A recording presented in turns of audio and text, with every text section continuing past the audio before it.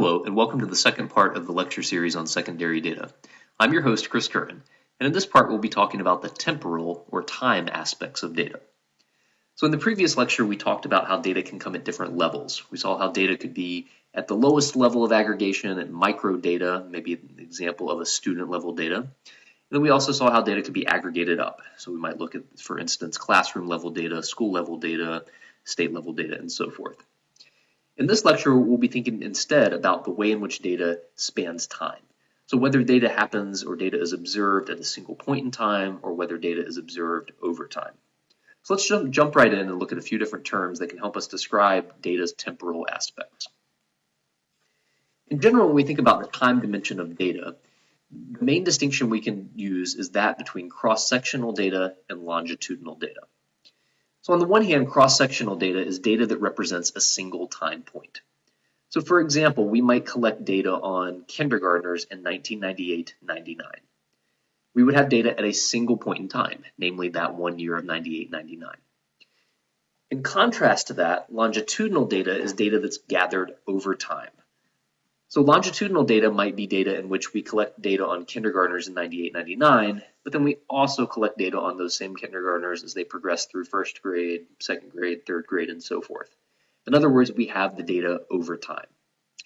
So again, cross-sectional data, a single snapshot, imagine just looking at one point in time, whereas longitudinal data gives us a picture of things as it changes and as it unfolds over time. All right, so that's the broad distinction between cross-sectional and longitudinal data. But let's dig a little bit deeper within longitudinal data to think about three different types.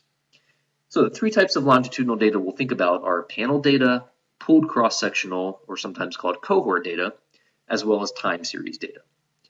Now each of these again is just a type or a form of longitudinal data. So all three of these mean that we have data with a temporal or time aspect. In other words, we observe it over time. Let's talk about the first of these, panel data. So panel data is data in which we observe observations or we observe individuals or organizations or whatever it is we're interested in studying over time. And in fact, we study the same individuals, the same organizations, the same entities at each point in time. So for example, if we collected data on a set of kindergartners in 98-99 and then followed up with those same individuals when they were in first grade, and again followed up with those same individuals when they were in second grade, we would have longitudinal panel data. In other words, it's the exact same child in kindergarten as the child that we look at in first grade as the child we look at in second grade. Now, this has a lot of benefits in that we're able to use advanced statistical techniques and do other types of things with the data because we're seeing the same student over time. Of course, a downside of this type of data is that it can be costly and somewhat logistically difficult to keep track of individuals as time progresses. So in contrast to panel data, the second type of longitudinal data, pooled cross-sections or cohort, retains the ability to observe trends over time, but it does it without following the same individuals. So this, for an example, might be if we looked at a set of kindergartners in 98-99, and then looked at a set of first graders in 2000, a set of second graders in 2001, and so forth. But the caveat being that each set of individuals here is not the same individuals that we saw at the earlier time point. In other words, the first graders are not the same students as the kindergartners and so forth. Now, the downside of using pooled cross-sections or cohort data is that, of course, we don't see the same individuals, which puts some limitations on the type of analyses we can do because we're not actually tracking the same students or the same individual people. The upshot, of course, however, is that this can be often a little bit more logistically feasible and a little bit less cost prohibitive because we don't have to deal with the complications of trying to track and keep track of the same individuals over time. All right, so we've talked about panel and pooled cross-section or cohort data. The third type of longitudinal data is that of time series. And time series data is just data that is aggregated into a single measure. So rather than thinking about data on a whole set of kindergartners or a whole set of people, time series data is when we just have a single number that tells us something about some aspect of the world over time. A good example of this might be the US unemployment rate. So at any given point in time, we just have a single percentage of unemployed individuals in the United States. And so we could think about following the unemployment rate over time, right? We have an unemployment rate in 95, 96, 97, all the way to present.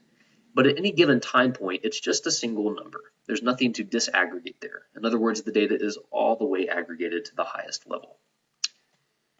All right, so let's then think about, it might be helpful to see each of these types of longitudinal data visually. So this is a nice image here from the Rimler and Van Ryzen text that shows us the difference between panel data, pooled cross-sectional data, also called cohort data, and at the bottom, time series data. So as we can see at the top where it describes panel data, we have a longitudinal aspect, looking at 3 time points in this case. And what we've shown by the arrows is that in panel data, we're following the same individuals. So in other words, the person we look at time 2, the person we look at time 3 is the same person we started with in time 1. Contrast that to the middle case, pooled cross-sectional, also called cohort data. Again, it's longitudinal. We see data over time. But notice here that we're not necessarily seeing the same individuals at each time point. Instead, we're taking a cross-section at each time point, hence the name pooled cross-sections. So again, this data can be rich for letting us see time trends, but doesn't actually let us track individuals. And then finally at the bottom, our third type of longitudinal data is time series data. And again, this might be an example like the US unemployment rate, where we just have a single aggregate measure at any point in time.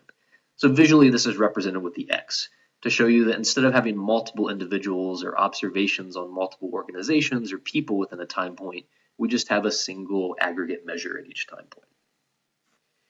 All right, so that takes us through kind of different types of data. We saw the distinction between cross-sectional data and longitudinal data, and then we explored 3 different types of longitudinal data. In the next part of the video series, we'll look at a couple of real examples from national surveys and apply some of these terms in more detail. So thank you for your attention on this mini lecture. I hope you can join for the next one.